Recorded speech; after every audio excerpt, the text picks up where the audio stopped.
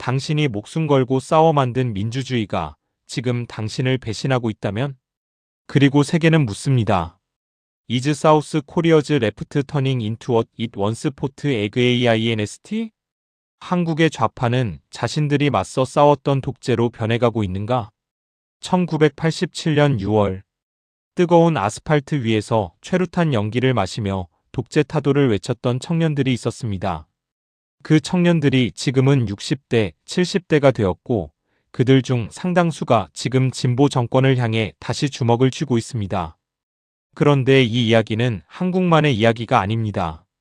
워싱턴의 싱크탱크, 런던의 언론사, 뉴욕의 외교 전문가들도 지금 한국의 좌파 정권을 주목하고 있습니다. 그들의 눈에 한국은 어떻게 보일까요? 오늘 우리는 그 안과 밖의 시선을 동시에 들여다봅니다. 그들이 젊었을 때 피로 쓴 민주주의에 세계가 주목한 혁명. 1950년대에 태어난 사람들. 6.25 전쟁이 끝난 직후 폐허가 된 나라에서 태어나 가난과 독재를 동시에 경험하며 자란 세대. 이들에게 자유와 민주주의는 교과서 속 단어가 아니었습니다. 그것은 목숨을 걸어야 얻을 수 있는 것이었습니다. 1987년 6월 항쟁은 단순히 한국의 사건이 아니었습니다. 당시 서방 세계 언론은 이 운동을 집중 조명했습니다. 뉴욕타임스, BBC, 르몽드가 서울 거리의 함성을 전 세계에 전했고 미국 의회에서도 전두환 정권에 대한 압박 결의가 논의되었습니다. 냉전의 한복판에서 미국의 동맹국이 민주화를 향해 나아가는 장면은 서방 세계에게 매우 중요한 신호였습니다.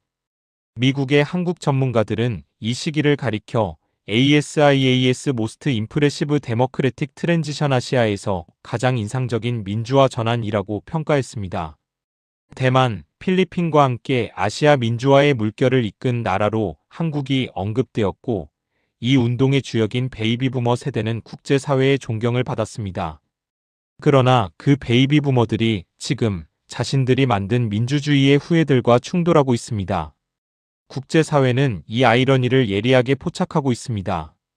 영국 시사지 이코노미스트는 한국 정치를 분석하면서 민주화 세대와 그 이후 세대 사이의 민주주의 해석 충돌을 핵심 이슈로 지목한 바 있습니다. 세계가 한국 민주주의를 부러워하던 시절이 있었습니다. 그리고 지금 세계는 한국 민주주의가 어디로 가고 있는지를 불안한 눈으로 지켜보고 있습니다. 같은 편이었던 사람들 진보 진영의 탄생, 그리고 영어권의 첫 번째 경고. 베이비 부머들이 거리에서 함께 싸웠던 사람들 중에는 훗날 한국 진보 정치의 핵심 인물이 된 사람들이 많습니다. 노무현, 문재인, 그리고 수많은 운동권 출신 정치인들. 1997년 김대중의 당선과 함께 한국 역사상 최초의 수평적 정권 교체가 이루어졌습니다. 이 순간 영어권 세계의 반응은 열광적이었습니다. CNN은 이를 한국 민주주의의 성숙으로 묘사했고 워싱턴 포스트는 동아시아 민주화의 새 장이 열렸다고 평가했습니다. 그러나 2000년대를 거치면서 영어권 언론과 싱크탱크의 시선은 서서히 복잡해지기 시작했습니다. 한국 진보 진영의 정책 방향이 점차 서방 자유민주주의의 표준과 어긋나기 시작했기 때문입니다. 미국 헤리티지 재단은 이 시기 한국 좌파 정권의 경제 정책이 시장 경제 원리를 훼손할 수 있는 방향으로 흐르고 있다고 비판했습니다. 반면 브루킹스 연구소와 같은 중도 성향 싱크탱크는 한국 진보 정권의 복지 확대는 OECD 기준으로 오히려 뒤늦은 정상화라는 반론을 제시했습니다. 베이비 부머 세대 내에서도 이 분기점은 선명하게 갈렸습니다. 영미권 유학 경험이 있는 베이비 부머들은 자유시장과 한미동맹을 중시하는 경향이 강했고 민족주의적 성향의 베이비 부머들은 진보 진영의 자주 노선에 공감하는 경우도 있었습니다. 민주주의라는 같은 단어 안에서 두 세계가 충돌하기 시작했습니다. 그 균열은 지금도 봉합되지 않은 채 한국 정치의 가장 깊은 단층선으로 남아 있습니다. 내 집이 내 것이 아니라고? 부동산 정책과 베이비 부머의 분노, 세계의 시선. 2017년부터 2022년까지 문재인 정부는 26차례 이상의 부동산 대책을 쏟아냈습니다. 다주택자 양도세 중과 종합부동산세 대폭 인상, 임대차 3법. 표면적 목표는 투기 억제와 집값 안정이었습니다. 결과는 반대였습니다. 서울 아파트 평균 가격은 오히려 2배 가까이 뛰었고 정책은 실패했으며 베이비부머 세대는 세금 폭탄을 맞았습니다. 이 현상을 영어권 세계는 어떻게 봤을까요? 파이낸셜 타임스는 문재인 정부의 부동산 정책을 분석하면서 규제가 오히려 공급을 줄이고 가격을 올리는 역설을 낳았다고 보도했습니다. 이는 영국이나 캐나다 등 서방 국가들이 겪었던 부동산 시장 실패 패턴과 유사하다는 분석이었습니다. 블룸버그 역시 한국 부동산 시장을 집중 조명하며 레프트 마이너스 윙 하우징 팔러시 패러닥스 좌파 주거 정책의 역설라는 표현을 사용했습니다. 불평등을 줄이려는 정책이 오히려 불평등을 심화시켰다는 지적이었습니다. 흥미롭게도 영국 가디언지는 다른 시각을 제시했습니다. 가디언은 한국의 부동산 문제는 투기 자본의 문제이며 규제 자체가 나쁜 것이 아니라 규제의 설계가 잘못된 것이라는 진보적 관점을 견지했습니다.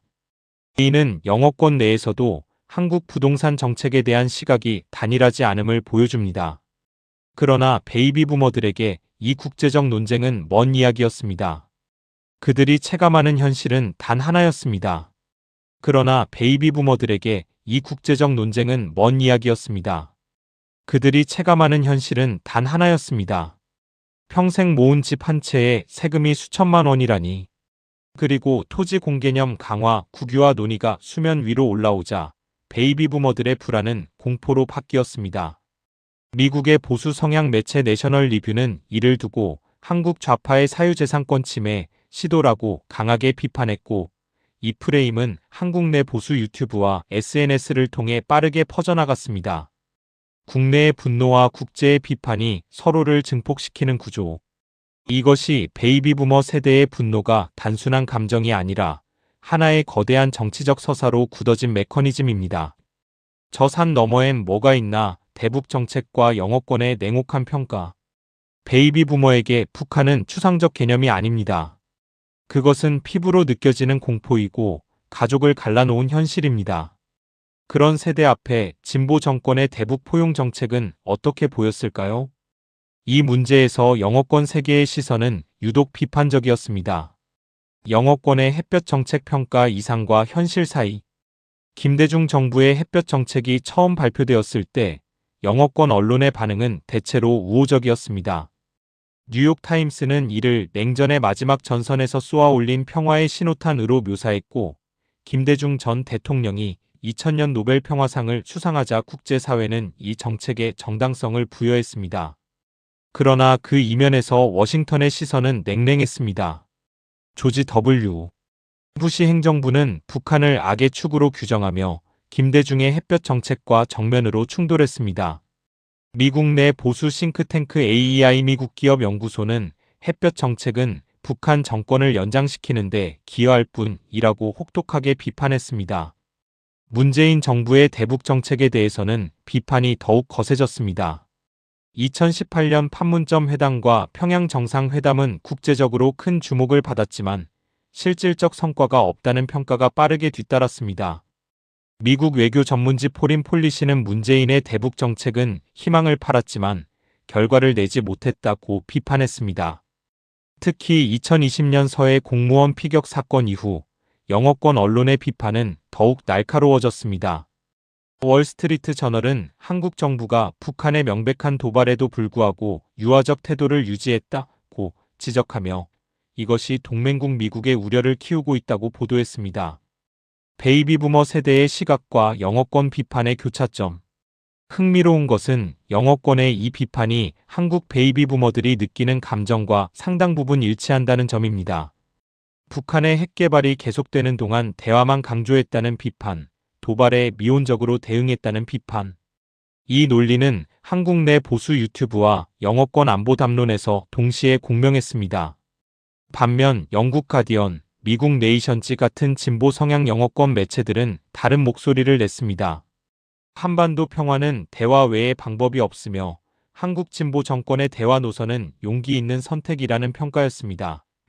결국 대북 문제에서 한국 베이비 부머 세대의 분열은 국제사회의 분열과도 정확히 겹쳐 있습니다. 이것은 단순히 한국의 내부 갈등이 아닙니다.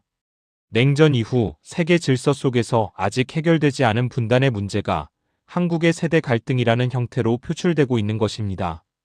민주주의의 이름으로 진보 정권의 공과 과 그리고 데모크래틱 백슬라이딩 논쟁. 역사는 공정하게 기록되어야 합니다. 그리고 이 문제에서 영어권 학계는 매우 중요한 개념을 제시했습니다. 바로 데모크래틱 백슬라이딩 민주주의의 후퇴입니다. 하버드 대학교의 스티븐 레비츠키와 다니엘 치블렉 교수는 저서에서 민주주의가 군사 쿠데타가 아니라 민주적으로 선출된 지도자에 의해 서서히 내부에서 무너지는 패턴을 분석했습니다. 이 개념은 2010년대 이후 헝가리, 폴란드, 터키 등에서 목격된 현상을 설명하는 데 쓰였습니다. 그런데 일부 영어권 학자들과 언론이 이 개념을 한국 진보 정권에 적용하기 시작했습니다. 프리덤 하우스는 문재인 정부 시절 한국의 민주주의 지수를 자유로운 나라로 유지평가했지만 언론 자유 부문에서는 일부 하락을 지적했습니다.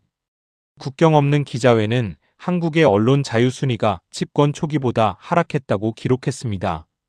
특히 공수처 설치와 언론중재법 논란은 영어권에서 집중 조명되었습니다. 영국 이코노미스트는 한국 진보 정권이 사법과 언론을 통제하려 한다는 우려가 커지고 있다고 분석했습니다.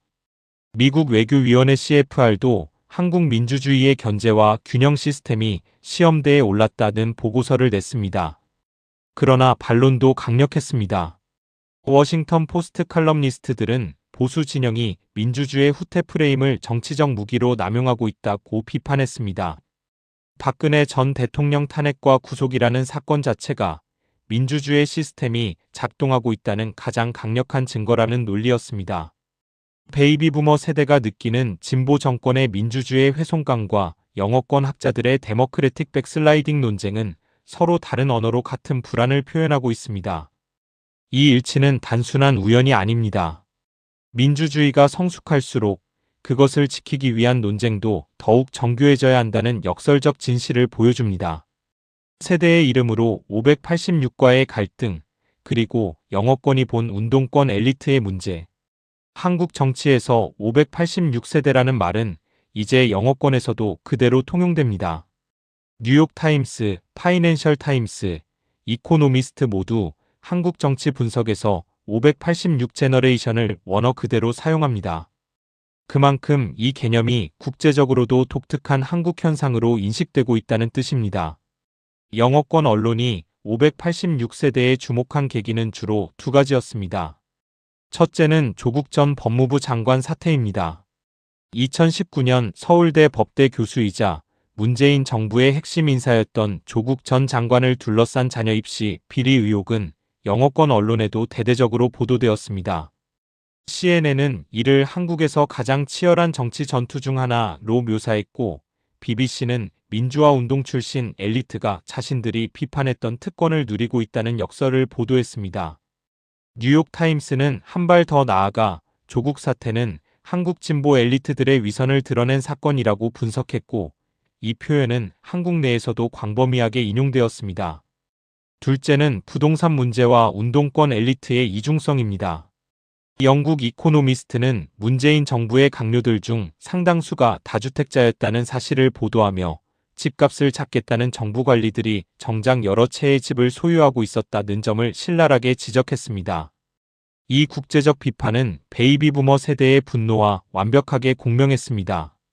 우리는 청렴하게 살라 하면서 너희는 여러 채씩 쥐고 있었다.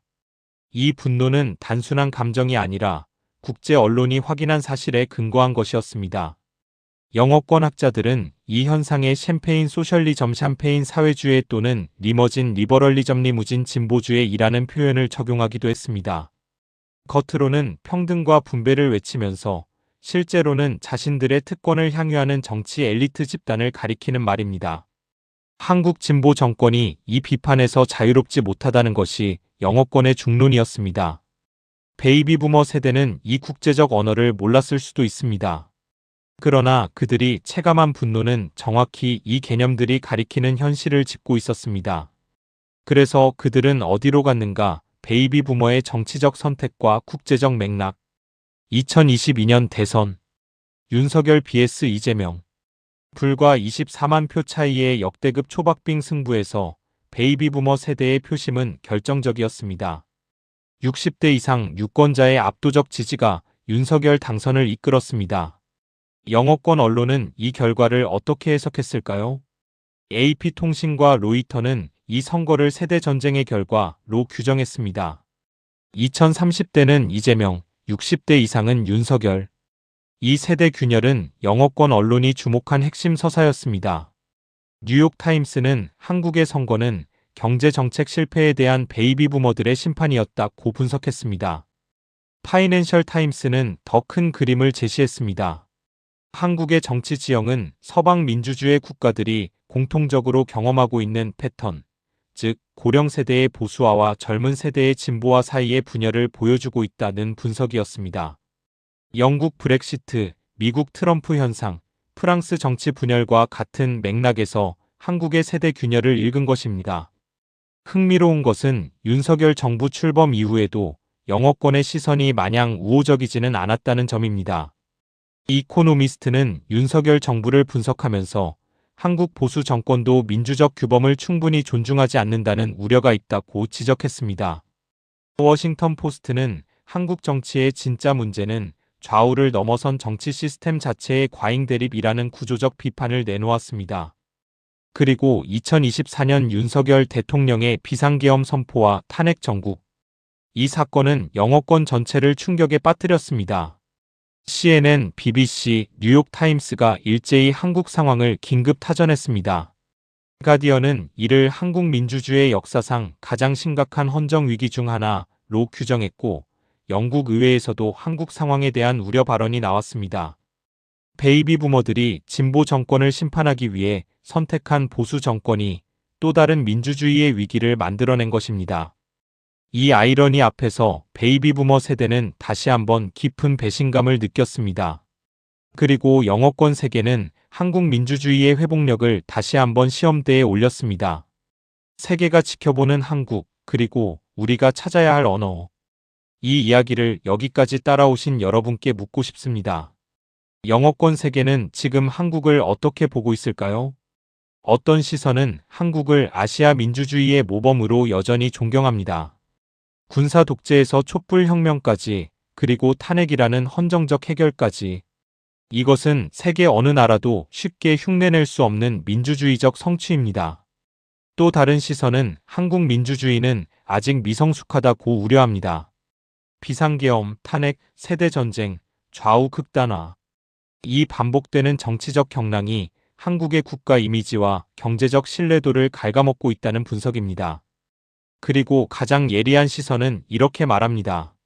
이코노미스트 인텔리전스 유닛은 한국은 완전한 민주주의 국가이지만 정치 문화의 성숙도는 제도적 민주주의의 수준을 따라가지 못하고 있다고 평가합니다. 즉 시스템은 갖춰져 있지만 그 시스템을 운용하는 정치 문화가 문제라는 것입니다. 이 평가는 베이비부머 세대의 이야기와 연결됩니다. 그들은 시스템을 만들었습니다. 목숨을 걸고 독재와 싸워 선거제도를, 상권 분립을, 언론의 자유를 쟁취했습니다. 그러나 그 시스템 위에서 펼쳐지는 정치 문화는 좌파도 우파도 그들의 기대를 저버렸습니다. 베이비부머들이 진보 정권에 느끼는 분노의 본질은 어쩌면 정책 실패에 대한 분노가 아닐 수 있습니다.